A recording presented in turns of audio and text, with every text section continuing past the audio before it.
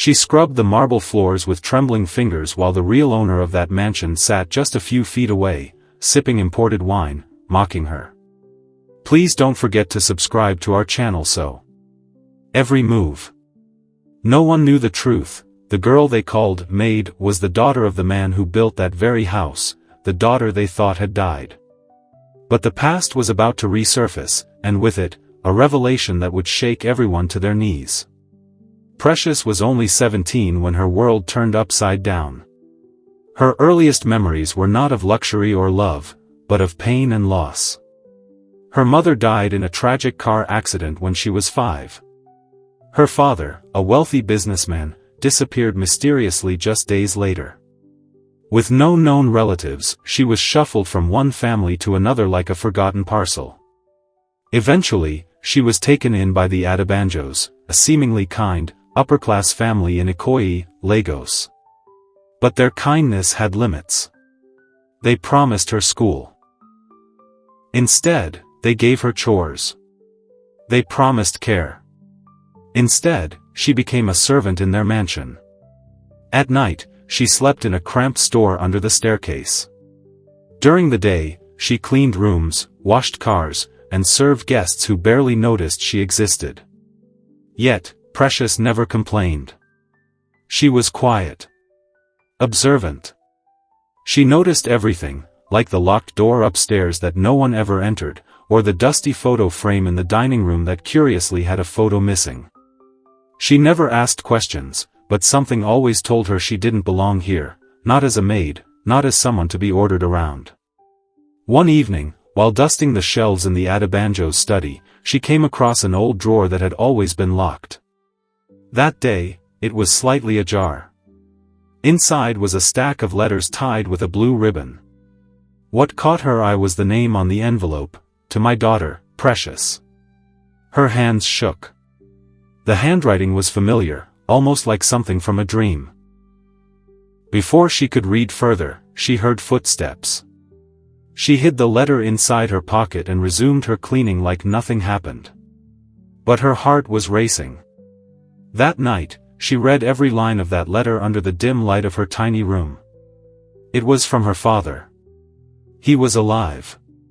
He had written the letter before disappearing, explaining that he was being threatened by powerful men who wanted his company. He had planned to fake his death to protect her until he could return. He wrote that he had left her in trusted hands, but those hands had betrayed him. Her vision blurred with tears. All her life, she thought she was just a poor girl, forgotten by the world. But here was proof: she was the daughter of Theodore Okonkwo, the billionaire whose sudden disappearance had made headlines over a decade ago. The Adebanjos were not who they claimed to be. Precious remembered vague memories, how her father used to have business meetings with Uncle Tade, now Mr. Adebanjo. It all began to make sense. Mr. Adebanjo had been close to her father, and when he vanished, Tade somehow ended up with his estate, claiming that the company had collapsed. But now, the company was thriving, just under a new name: Adebanjo Holdings. From that moment on, Precious saw everything through new eyes. She began watching more carefully, listening in on conversations, observing the documents Mr. Adebanjo kept hidden in safes, noticing the occasional mention of her father's name.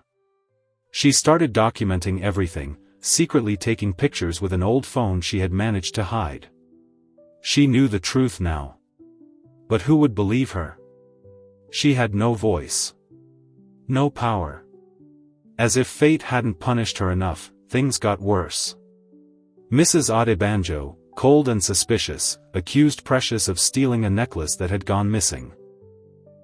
The maids were gathered and shouted at, but it was Precious who was slapped and locked in the pantry for a whole day without food. The next morning, the necklace was found, in Mrs. Adebanjo's purse. But no apology was given. Instead, Precious was told she was lucky not to be thrown out. The injustice stung, but it didn't break her. In fact, it strengthened her resolve. She wasn't just fighting for her name anymore, she was fighting for justice, for her father's legacy, for every child out there who had been silenced by cruelty disguised as kindness. She made a silent vow, they would regret underestimating her. That night, she took the letters and photos she had gathered and made her way to an old friend of her father, Chief Olumide, a respected elder and former business partner who lived miles away. She didn't know if he would remember her. She didn't know if he would help. But one thing was certain, her story was far from over. Never look down on anyone because of their current situation.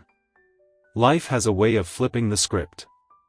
The maid you ignore today might be the heiress who holds your future tomorrow.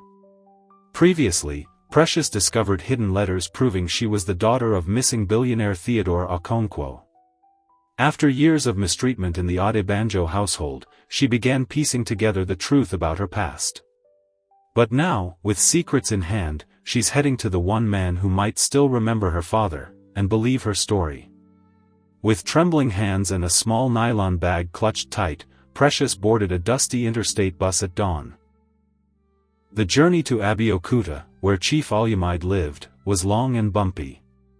She had barely slept, her mind racing with fear, hope, and uncertainty. Every pothole on the road felt like a reminder of how rough the path to truth often is. When she arrived at the chief's compound, it was already afternoon. The gateman nearly turned her away, but she begged. Something in her voice must have moved him because minutes later, she was sitting before Chief Olumide himself. He was old, frail, and wrapped in a thick agbada, but his eyes were sharp.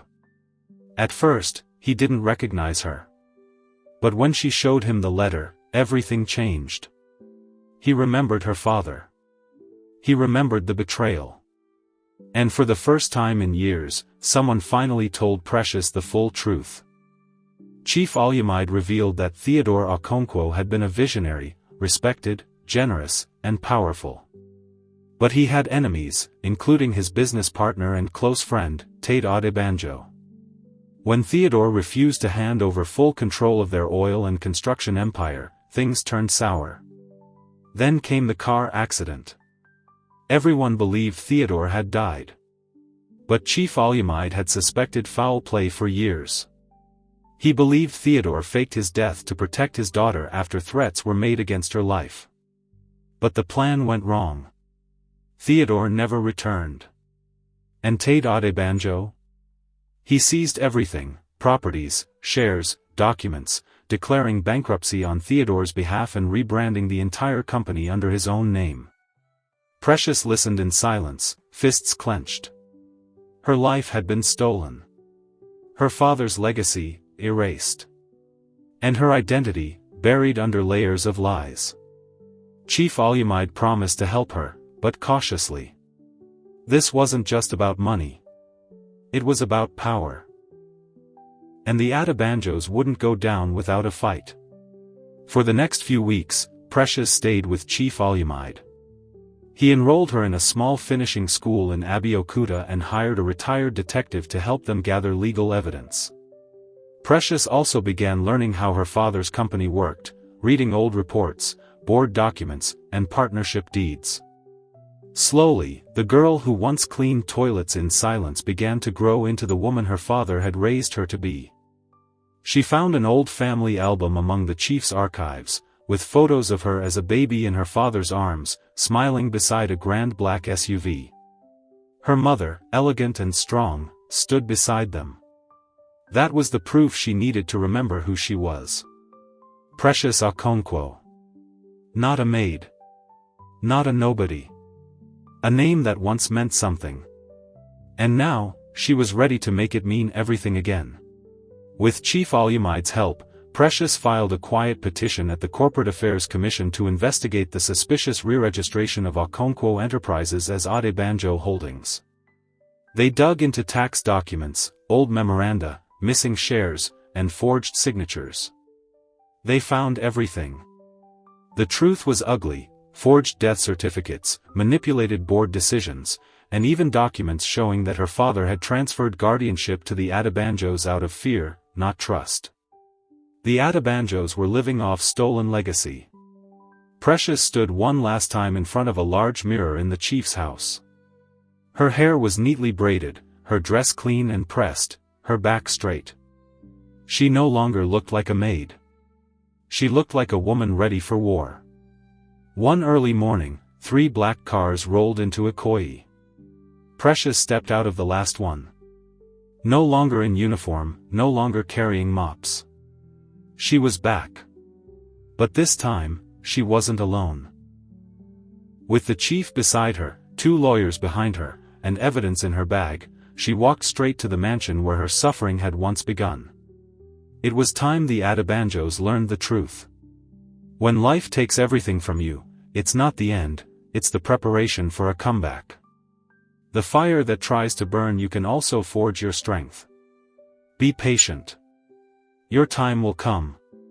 Precious had returned, not as a servant, but as the rightful heiress of her father's stolen empire. With proof in hand, and the backing of Chief Olumide, she was finally ready to confront the Adebanjos. But what she didn't know was that the real battle hadn't even begun, because those who built their lives on lies never give up without a fight.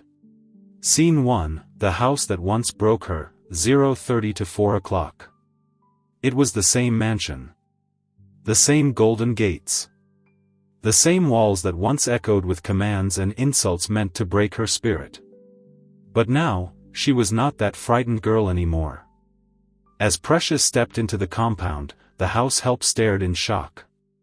Her hair was styled into a professional bun, she wore a navy suit, and confidence trailed behind her like a scent. Mr. and Mrs. Adebanjo were both home. When they saw her, their expressions shifted from confusion to cold disbelief. But before they could say a word, she handed them a thick brown envelope, documents from the Corporate Affairs Commission, birth certificates, old board memos, and letters written by her father. She didn't need to raise her voice.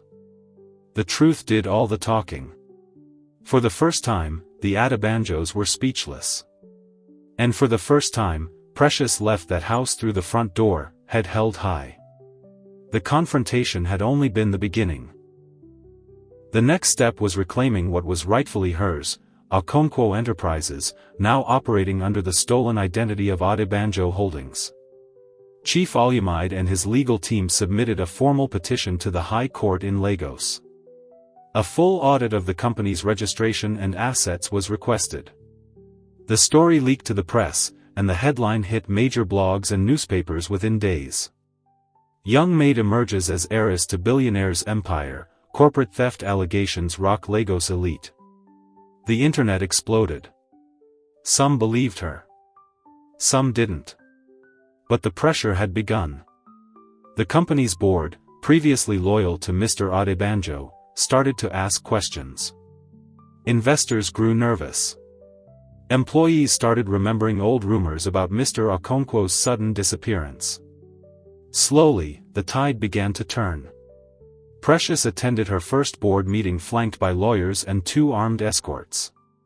She didn't speak much, just presented her documents and watched the room unravel. Scene 3, Backstabbing and Threats, 8:30 to 12:30. Power doesn't fall without resistance. Mr. Adebanjo, cornered, began using dirty tricks.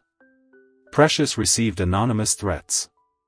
Her hostel room in Abeokuta was broken into, papers rifled through. Once, she returned from court to find someone had slashed her car tires. Still, she pressed on. Then came the worst blow. A forged document appeared, claiming she was adopted and not the biological daughter of Theodore Okonkwo. It was posted online to discredit her. Trolls flooded her social media with hateful messages, calling her a fraud. Her confidence began to crack. But then, something unexpected happened. One of the older workers in Adebanjo Holdings, an accountant who had served under her father, reached out in secret. He had original payroll documents, voice notes from her father, and signed statements proving her paternity and ownership. Precious had something more powerful than money. She had the truth. Scene 4, Justice Begins, 12:30, 14:30. The court case began. The evidence was overwhelming. DNA test results confirmed her identity. Multiple staff testified to witnessing Mr. Okonkwo and Precious together before his disappearance. The judge demanded a full investigation into Mr. Adebanjo's dealings. Frozen accounts. Confiscated passports. A subpoena for fraud and forgery. Everything was crumbling. And as Precious sat in that courtroom, watching it all unfold, she wasn't smiling in revenge. She was grateful. Grateful that despite the pain, she had stayed strong. She had been mocked, beaten, locked in cupboards, but now, she was seated in the front row of her own story. One rainy evening, Precious stood alone in the empty building that once held Okonkwo Enterprises' original office. The lights were off. The floor was dusty. But it was hers again. She whispered her father's name, gently touched the old oak desk, and made a silent promise. To build again. This time, with honesty. This time, with heart. When you walk in your truth, the lies around you begin to fall apart. Never stop fighting for your name, your identity, and your dignity. Because when justice finally speaks, it speaks loud enough for the whole world to hear. Precious had done the impossible. She went from being the invisible maid to reclaiming her place as the rightful heir to her father's fortune. With the court now on her side and the Adebanjos under investigation, she began rebuilding Okonkwo Enterprises. But just when peace seemed within reach, a twist from the past returned, with secrets that would shake her foundation once again. Scene 1, A New Beginning, 0:30 to 4 o'clock. The company was officially returned to her. Precious stood in the renovated boardroom of Okonkwo Enterprises, now buzzing with activity. Fresh paint covered the old walls, and the name Theodore Okonkwo Group gleamed in gold on the glass doors. Her father's legacy had come home. She hired new staff, many of whom were young, underprivileged graduates like she once was, people who knew the value of a second chance. She also started a foundation in her father's name to sponsor orphans and abandoned children. The internet hailed her as a symbol of resilience, and newspapers called her Nigeria's youngest silent billionaire. But with every success came whispers of warning, because power attracts not just praise, but enemies too. One Friday morning, as she arrived at her office, she was told someone had been waiting at the reception for 2 hours. It was a man in his 50s, with salt and pepper hair, a wrinkled face, and tired eyes. He introduced himself as Patrick, her father's former personal assistant. He had disappeared after Theodore's fake death, and everyone assumed he'd gone into hiding. But Patrick told her the truth: he had been living in Ghana, hiding from the same men who threatened her father. And now, he had returned with a message. A final one, recorded by her father just days before he vanished. Precious took the USB drive with trembling hands. That night, alone in her penthouse, she played the file. Her father's voice filled the room. Soft. Calm. But urgent. He spoke about everything: the betrayal, the threats, the will he hid, and the names of the people who wanted him gone. He ended with a message for her. If you are hearing this, my daughter, it means you found your way back. Never let them silence you. You were born with fire. Burn bright. When you fight for truth, expect resistance. But never fear powerful enemies, fear losing your voice. Your truth, no matter how small, can shake the strongest empires. Precious had fought through a lifetime of lies, abuse, and betrayal to reclaim what was rightfully hers. With her father's legacy nearly restored, she became a beacon of strength and resilience. But as her story grew, so did the forces determined to bring her down. In the final moments of this journey, Precious faces her greatest test, a battle for her life, her legacy, and the truth. The night after receiving Demola's cryptic warning, Precious couldn't sleep.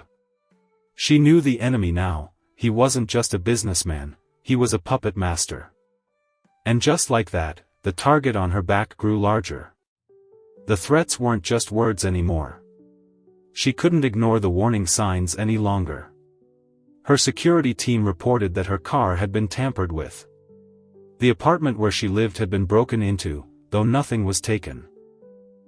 She was being watched. But Precious didn't back down. With her team, she prepared for the battle ahead. She wasn't just defending her inheritance, she was fighting for the truth, for the lives of countless others who had been crushed under the weight of corruption. She had a plan, and she would finish what she started. One morning, an unexpected ally appeared. It was Patrick, the former assistant to her father. He had something precious, literally. He handed her a set of documents that no one knew existed, her father's will, hidden away in an old safe deposit box. It wasn't just a will, it was a battle plan, a blueprint of everything Theodore had done to protect his legacy and his daughter. The will named her as the sole heir, making it impossible for anyone to contest her claim. But more importantly, it revealed a network of alliances and secret bank accounts, tools her father had set up to ensure that his empire could not be stolen again. Precious realized her father had prepared her for this moment, even if he had never lived to see it. With that knowledge, she took the fight to the highest court in the land.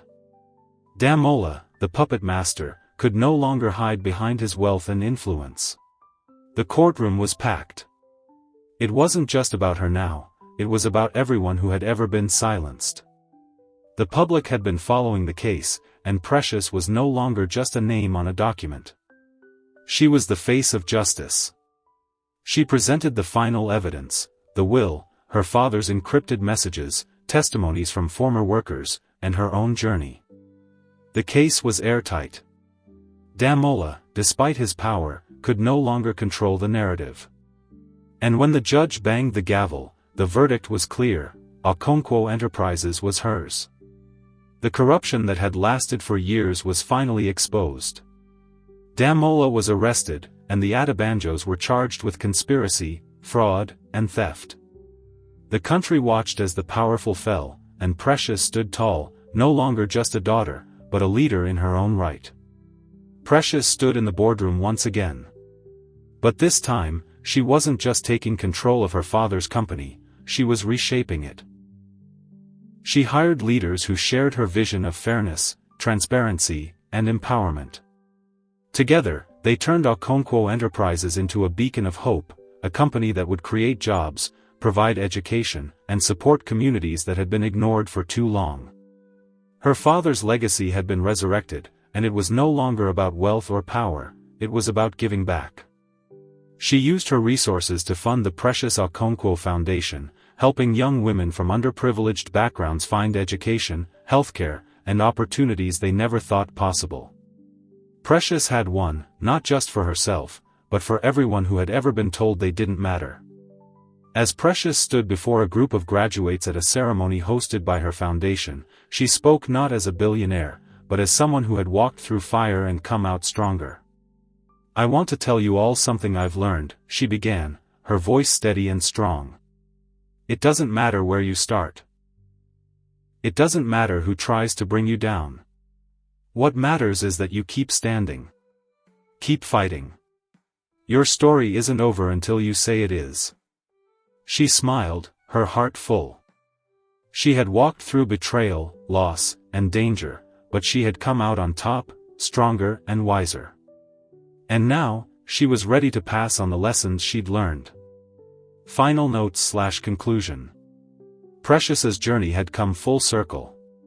From a mistreated maid to the head of one of the most powerful companies in Nigeria, she had turned her pain into purpose. The world had tried to silence her, but she had used her voice to inspire millions. Moral of the story: 1. Never forget who you are. No matter the circumstances, your true self can never be taken away. 2. Stand up for the truth. It may seem impossible at first, but the truth has the power to change everything. 3. Don't let your past define you. The mistakes of others and the struggles you've faced don't determine your future. You do.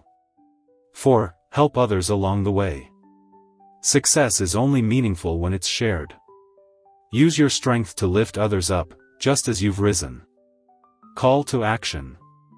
If you found Precious's story inspiring, make sure to like, comment, and subscribe for more powerful stories. And remember, no matter where you start, your future is in your hands.